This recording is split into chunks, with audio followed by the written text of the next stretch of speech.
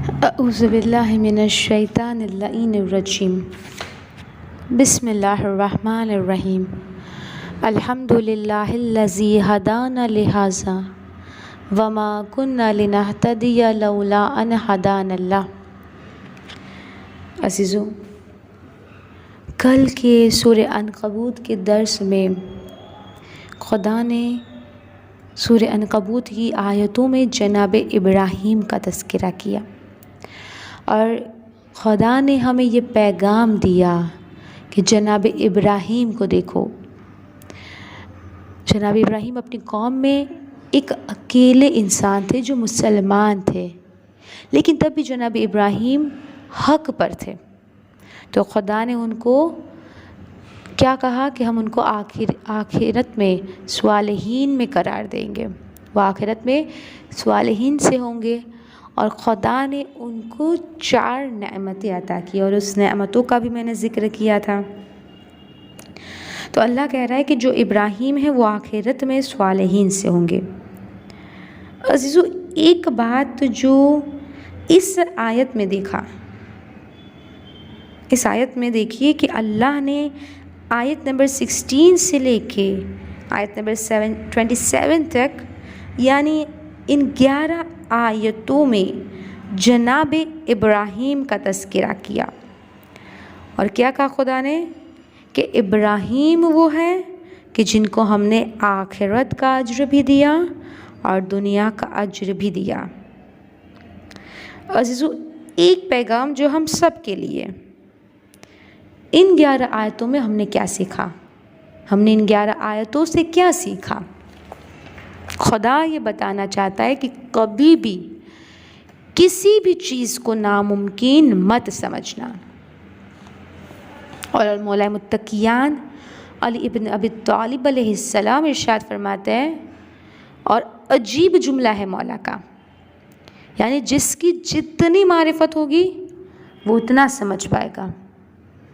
مولا علی کہتے ہیں اللہ سے متوقع نعمتوں سے زیادہ، عزیزو، ایک تو متوقع نعمتیں ہیں، جیسے میرا بچہ محنت کر رہا ہے، فرسٹ آئے گا، میرے بچے کو جاب مل جائیں گی، یہ کام ہو جائے گا، فلاں کام ہو جائے گا، یعنی ہمیں توقع ہے اللہ سے کہ اللہ کر دے گا۔ تو مولا علی کہتے ہیں اللہ سے متوقع نعمتوں سے زیادہ غیر متوقع نعمتوں کی امید رکھو۔ یہ کون کہہ رہا ہے؟ مولا علی۔ غیر متوقع یعنی جس کی تمہیں توقع نہیں ہے۔ جیسے فار ایگزامپل اگر کوئی وینٹیلیٹر پہ ہے تو ہم کیا کہتے ہیں؟ بھئی وینٹیلیٹر پہ آ گیا، مر جائیں گا، آئی سی یو میں چلیا جائے گا، آئی سی یو میں ہے، اب تو اس کا بچنا مشکل نہیں ہے۔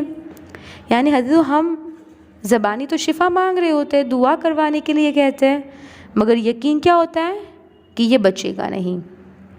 تو خدا ہمارے دل کو دیکھتا ہے، اور مولا علی کہتے ہیں غیر متوقع نعمتوں کی خدا سے امید رکھو۔ کیوں؟ مولا نے 3 مثالیں دی۔ سب سے پہلا کہ خدا کہتا ہے حضرت موسیٰ جب جنگل سے گزر رہے تھے، سردی تھی، ان کی زوجہ ساتھ تھی، ایک مرتبہ پہاڑ کی بلندی پر جب روشنی دیکھی، جناب موسیٰ نبی کہتے ہیں اپنی زوجہ سے کہ میں روشنی لے کے آتا ہوں، آگ جل رہی ہے تاکہ گرمی مل جائے۔ جب جناب موسیٰ نبی پہاڑ پر گئے اور جب واپس آئے ہیں تو نبوت لے کے لوٹے۔ جناب موسیٰ نبی کو پتہ نہیں تھا کہ نبوت مل جائیں گی، یعنی غیر متوقع نعمتیں۔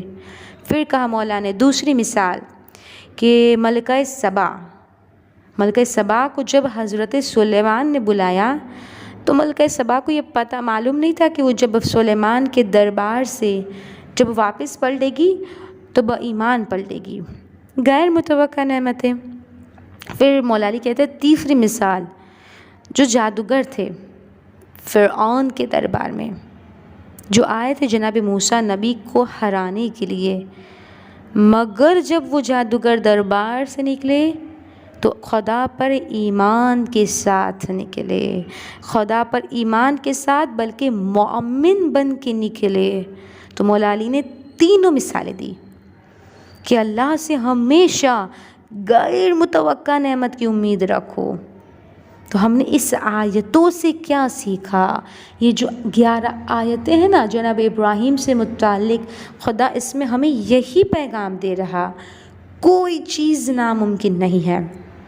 ابراہیم جس قوم میں تھے اکیلے تھے، اکیلے ہوتے ہوئے بھی وہ حق پر ثابت قدم رہے۔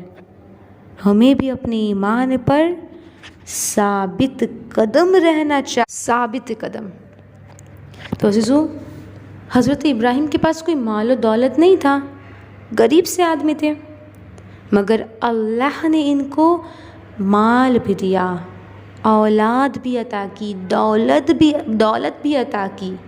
یعنی جتنی ناممکن چیزیں ہیں آگ میں ڈالے گئے، آگ میں ڈال کے کون بچتا ہے؟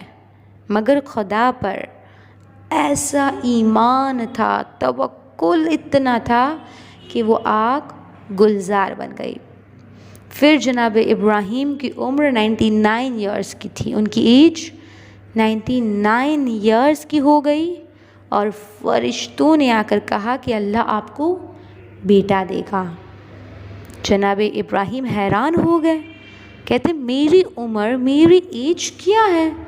میں بوڑھا ہو گیا ہوں، میری بیوی بانجھ ہے۔ تو جو کوئی بھی اگر بے اولاد ہے، اگر اس کو کافی عرصہ گزر گیا ہے، 20 ایئرس، 12 ایئرس، 14 ایئرس، لیکن کبھی نا امید نہ ہو۔ رب ذوالجلال نے یہ آیت قرآن اس لیے اتاری ہے تاکہ ہم پہچانیں، ہم سمجھیں، اس کی بارگاہ سے کبھی نا امید مت ہونا، ہمیشہ اس کی رحمت سے امید رکھو۔ عزیزو، وہ رب اگر حضرت ابراہیم کو 99 ایئرس کی ایج میں اولاد دے سکتا ہے تو یقیناً اس خدا کے لیے کچھ بھی ناممکن نہیں ہے۔ کبھی کسی انسان سے مت امید رکھو، اللہ سے غیر متوقع نعمتوں کی امید رکھو۔ اب خدا نے 28 نمبر کی آیت میں سورہ عنکبوت کی 28 نمبر کی آیت میں حضرت لوط کا تذکرہ کیا، اور آیت نمبر 28 سے لے کر آیت نمبر 35 تک خدا نے ان پوری آیتوں میں حضرت لوط کی قوم کا تذکرہ کیا۔ عزیزو، حضرت لوط نبی تھے، لیکن ان کی قوم ایک گناہ کرتی تھی، اور عزیزو یہ بہت اہم بات ہے، اہم پیغام قرآن کا، اور خدا کرے کہ سب کے دلوں تک یہ پیغام پہنچ جائے۔ خدا کیا کہہ رہا ہے سورہ عنکبوت کی 28 نمبر کی آیت میں کہ وَلُوطًا إِذْ قَالَ لِقَوْمِهِ إِنَّكُمْ لَتَأْتُونَ الْفَاحِشَةَ مَا سَبَقَكُمْ بِهَا مِنْ أَحَدٍ مِنَ الْعَالَمِينَ۔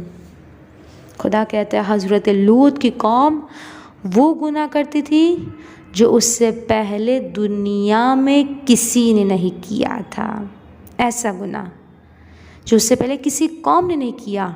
اور یہ کون کہہ رہا ہے؟ قرآن کہہ رہا ہے۔ اور گناہ کیا تھا؟ ہم جنس پرستی، لواطا، مرد کے ساتھ فعل حرام کرے، اللہ اکبر، عورت کے ساتھ، یہ وہ گناہ ہے، فحش گناہ جو اس سے پہلے دنیا میں نہیں ہوا تھا، مگر لوط کی قوم نے کیا۔ اور کیوں کیا؟ یہ گناہ ہے۔ آج ہم 2021 میں جس دنیا میں بیٹھے، آج جو بہت سی کنٹریز میں اس گناہ کو لیگل قرار دیا گیا ہے، اللہ اکبر، یعنی قانونی قرار دیا گیا ہے۔ اور جو انٹرنیٹ پہ اگر آپ سرچ کریں گے تو آپ کو اس گناہ میں جو مبتلا لوگ ہیں انٹرویو دیتے ہوئے نظر آئیں گے، اور کیا کہتے ہیں کہ بھائی ہم کیا کریں، ہماری فطرت میں، ہم تھوڑی چاہتے ہیں، یہ فطرت میں۔ عزیزو، یہ فطرت میں نہیں ہے، یہ نفسیاتی بیماری ہے، اور یہ بیماری کا علاج ضروری ہے۔ کیوں؟ خدا نے ایک فیصلہ کر دیا قرآن میں کہ یہ گناہ ہے اور اس کی سزا موت ہے۔ عزیزو آج وسائل الشیعہ بک ہے، اس بک میں یہ روایت ہے 6 امام سے، چھٹے امام جعفر صادق علیہ السلام سے، چھٹے امام سے پوچھا گیا کہ مولا یہ لواطہ کا جو گناہ ہے وہ حرام کیوں ہے؟ تو چھٹے امام یہ ارشاد فرماتا ہے کہ اگر اللہ نے مرد کے ساتھ لذت رکھنا حلال قرار دیا ہوتا تو پھر مرد عورتوں سے غافل ہو جائے گے، جب عورتوں سے غافل ہو جائے گے تو نسل انسانی ختم ہو جائیں گی، انسان پیدا نہیں ہوں گے، اور خدا کی منشا ہے کہ نسل انسانی ترقی کرے، اس لیے خدا نے اس کو حرام رکھا۔ تو عزیزو اگر ایمان نہ رہے تو علی جنت میں تھوڑی رہ جائیں گے، علی جنت میں اس کو لے جائیں گے جو سالم ایمان کے ساتھ آئے گا۔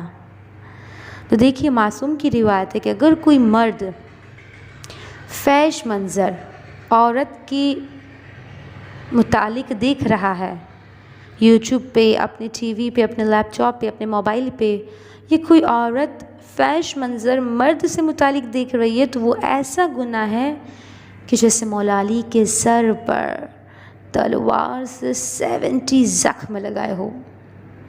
یہ دین سکھاتا ہے، جب دین سیکھیں گے تو پتہ چلے گا نا۔ کوئی اگر کہے گا کہ ہم نے فقط دیکھا، کیا ہوتا ہے دیکھنے سے؟ ہم نے کیا تھوڑی، ہم کر تھوڑی رہے، ہم تو دیکھ رہے ہیں۔ گناہ یہ گناہ ہے، اگر کسی نے ایسا کیا ہے، اگر صرف دیکھا ہی ہے نا تو ایسا ہے جیسے مولا علی کے سر پہ 70 زخم لگائے ہو۔ کیا علی کا چاہنے والا، کیا مولا علی کا خود کو شیعہ کہنے والا علی کو زخم لگائے گا؟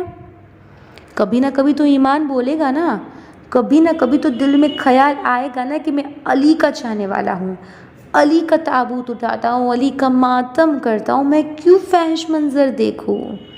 تو یہ دین ہے جو ہمارے بچوں کو گناہوں سے بچا سکتا ہے، ہمیں بھی گناہوں سے بچا سکتا ہے۔ تو عزیزو حضرت لوط اپنی قوم کو منع کرتے رہے۔ اچھا اب یہ گناہ ان کو کیوں آیا؟ یہ گناہ میں مبتلا کیوں ہوئے؟ دنیا میں اس سے پہلے یہ گناہ تھا ہی نہیں، تو پھر وہ گناہ میں مبتلا ہوئے کیسے؟ تو عزیزو ملتا ہے کہ وہ لوگ بخیل تھے، کنجوس تھے۔ سوچئے کہ بخیل ہونا عورتوں کے لیے تو بہت اچھا ہے، اپنے شوہر کا مال کو بچا رہی ہے، لیکن مگر مرد کے لیے بری صفت ہے۔ اگر کوئی مرد بخیل ہے تو بہت بری بات ہے کہ وہ اپنے اوپر بھی خرچ نہیں کر رہا اور دوسروں کو بھی نہیں دے رہا۔ تو حضرت لوط کی قوم اس گناہ میں کیسے پڑی؟ حضرت ملتا ہے کہ ان کے علاقے میں درخت تھے، بہت گھنے پھلوں سے بھرے ہوئے، تو جب لوگ آتے تھے نا باہر ملک سے، باہر سے، تو لوگ قافلے تجارت کے لیے جب آتے تھے تو مہمان ٹھہرتے تھے۔ اب ان کو یہ فکر ہوئی حضرت لوط کی قوم کو کہ مہمانداری کریں گے تو ہماری دولت ختم ہو جائیں گی، ہمارا مال ختم ہو جائے گا۔ بخیل ہو گئے، دینا نہیں چاہتے تھے، مسلمانوں کی خاطرداری نہیں کرنا چاہتے تھے کہ کسی انسان کو ہم کیوں مہمان بنائیں۔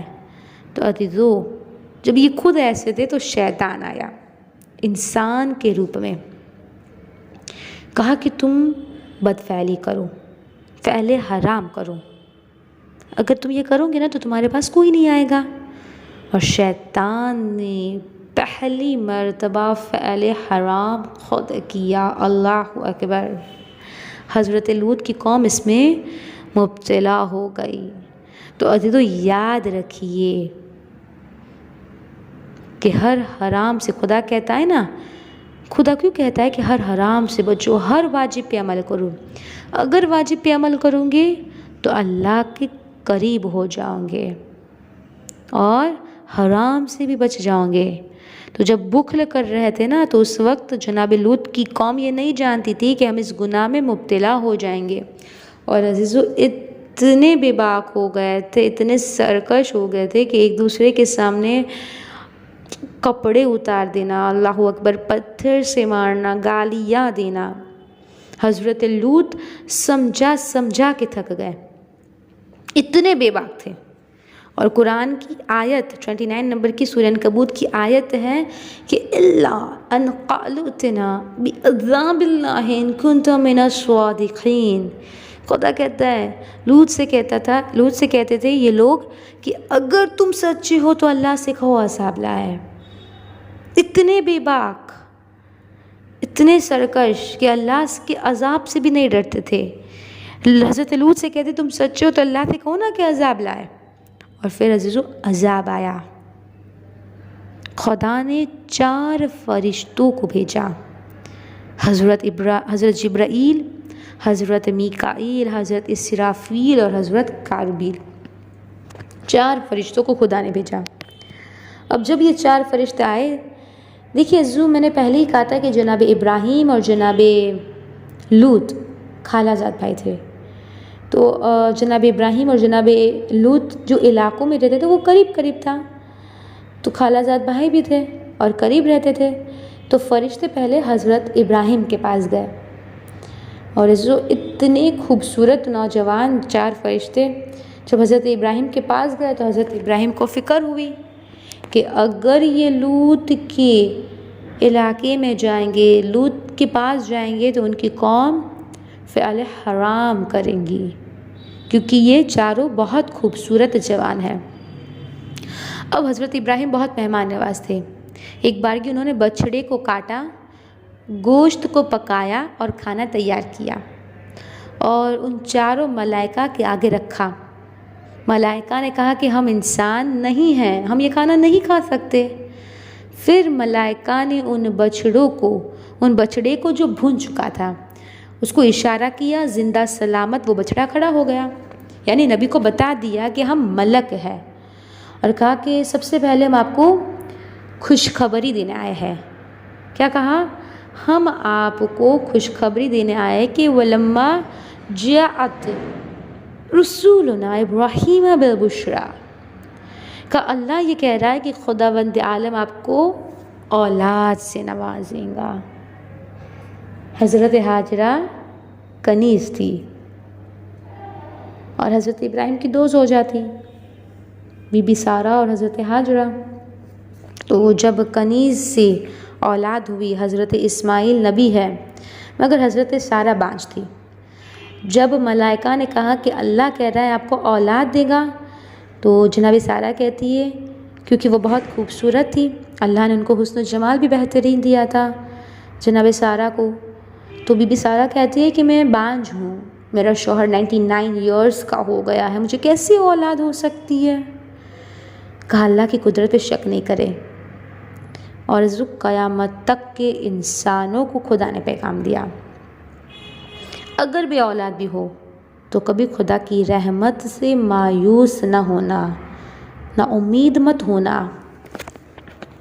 ابراہیم کو خدا دے رہا ہے، اسحاق دیا. تو اب خدا نے یعنی ان 4 فرشتوں نے پیغام دیا جناب ابراہیم اور جناب سارہ کو کہ خدا آپ کو اولاد دے گا، اسحاق دے گے، اسحاق کا بیٹا یعقوب دے گے، یعقوب کے بیٹے یوسف کو دے گے، اور نبوت آپ کی نسل میں ہے. یہ کہہ کہ وہ ملک حضرت لوط کے پاس پہنچے، اور جب حضرت لوط کے گھر میں داخل ہوئے نا تو حضرت لوط پریشان بیٹھے ہوئے تھے. حضرت لوط کی زوجہ نبی کی بیوی، ایسا سنیے، نبی کی بیوی تھی مگر گناہ میں ملوث تھی اور جناب لوط کو دکھ دیتی تھی. حضرت لوط کی زوجہ نے جب دیکھا کہ 4 خوبصورت جوان ان کے گھر میں داخل ہوئے، پتہ نہیں تھا کہ ملک ہے، جب دیکھا تو ایک بار کی وہ چھت پہ گئی اور جا کے آگ جلا دی اور آگ روشن کر کے شہر والوں کو بتا دیا کہ میرے گھر میں نوجوان مرد ہے. ملک تھے وہ 4 فرشتے، مگر انسان کے روپ میں جب دیکھا خوبصورت جوان ہے تو وہ سارے لوگ حضرت لوط کے گھر کے دروازے کو پیٹنے لگے کہ کھولو، ہمیں اندر آنا ہے. حضرت لوط گھبرا گئے. فرشتوں نے کہا گھبرائیے نہیں، ہم ملک ہیں، ہم آپ کو اس ظلم سے بچا لیں گے. حضرت لوط نے اب خدا کی بارگاہ میں دعا کی، قال رب انصرنی علی القوم المفسدین، کیا کہا جناب لوط نے کہ بار اللہ اس قوم مفسد سے، یہ جو فساد کرنے والی قوم ہے، اس سے مجھے نجات دے، میری مدد فرما۔ ملائکہ کہتے اللہ نے آپ کی مدد کے لیے ہمیں بھیجا ہے، اور کیوں بھیجا ہے؟ کہ ان پر عذاب نازل ہوگا اور آپ بچ جائیں گے۔ اب ان فرشتوں نے کہا کہ ہم آپ کو ان کے درمیان سے صحیح اور سالم لے کے چلے جائیں گے، مگر آپ کی زوجہ اس عذاب میں گرفتار ہے کیونکہ وہ خیانت کار ہے، تو ان پر عذاب ہوگا۔ تو یاد رکھیے، سب سے قیمتی بات، سب سے قیمتی چیز کیا ہے؟ عمل۔ اگر عمل نہیں ہوگا تو کوئی جنت میں داخل نہیں ہو سکتا، چاہے نبی کی زوجہ ہی کیوں نہ ہو، چاہے حضرت نوح کی یا حضرت لوط کی بیویاں جو حق پر نہیں تھی مگر نبی کی بیوی تھی، تب بھی عذاب میں مبتلا ہوئی۔ تو اللہ نے قانون دے دیا، صرف عمل ہے اور آل محمد کی محبت ہے جو تمہیں بخشوا سکتی ہے۔ تب ہوا کیا کہ ان ملک نے 4 فرشتوں نے دعا پڑھی اور حضرت لوط کی قوم کے لوگ تھے وہ اندھے ہو گئے۔ مختلف روایتیں ہیں، کچھ روایتوں میں کہ ان کی قوم میں 7 لاکھ لوگ تھے، 7 لاکھ پیپلز تھے، اور کچھ روایتوں میں کہ ان کی قوم میں 70 لاکھ پیپلز تھے، 70 لاکھ لوگ تھے، وہ سب اندھے ہو گئے۔ حضرت لوط ایک نور کا حالہ بن گئے اور وہ اس جگہ سے نکل گئے اور ان لوگوں کو پتہ نہیں چلا۔ حضرت لوط ان کی بیٹیاں حق پر تھیں، حضرت لوط اور ان کی بیٹیاں اس علاقے سے نکل گئے اور ان کی زوجہ اور جناب لوط کی قوم، ان پر عذاب آیا۔ اور عذاب کیسے آیا؟ حضرت جبرائیل نے اس زمین کو جس پر وہ لوگ آباد تھے، اس زمین کو 7 تہوں سے اکھاڑا اور اتنی اوپر لے گئے کہ آسمان والوں کو ان کی آواز سنائی دے رہی تھی۔ زمین کو بلند کر دیا اور جس پر وہ لوگ تھے اس زمین کو اتنا بلند کر دیا کہ آسمان والوں کو ان کی آواز آ رہی تھی۔ مکان، جانور، انسان سب، یعنی جو گنہگار تھے وہ حیران ہو رہے تھے، اور خدا نے ان کو آسمان سے قریب کر دیا۔ پھر جا کے جناب جبرائیل نے ان کو پلٹا دیا، الٹ دیا، اس زمین کو پوری الٹ دیا اتنی بلندی سے جب گرے، اور پھر فرشتوں نے ان پر پتھر مارے اور وہ قوم نیست و نابود ہو گئی، وہ گنہگار قوم نیست و نابود ہو گئی۔ اور اللہ یہ بتانا چاہتا ہے کہ جو میرے حکم پر عمل نہیں کرے گا، سرکش ہو جائے گا، میں اس پر عذاب نازل کرتا ہوں۔ تو عزیزو، ہمیں اس آیت سے بہت سارے پیغام ملتے ہیں۔ ایک تو یہ کہ ہمیں خدا کے حکم پر عمل کرنا ہے، سرکش نہیں ہونا۔ دوسرا کہ ہمیں خدا سے نا امید نہیں ہونا۔ وہ خدا جو حضرت ابراہیم کو 99 ایئرس کی ایج میں اولاد دے سکتا ہے، تو خدا کے لیے کچھ بھی ناممکن نہیں ہے۔ اور جو مولا علی نے کہا کہ خدا سے غیر متوقع نعمتوں کی امید رکھو، تو یقیناً اب ہمیں خدا سے نا امید نہیں ہونا، خدا کی رحمتوں سے مایوس نہیں ہونا، اور اس خدا سے شکوہ بھی نہیں کرنا۔ وآخر الدعوانا ان الحمد للہ رب العالمین۔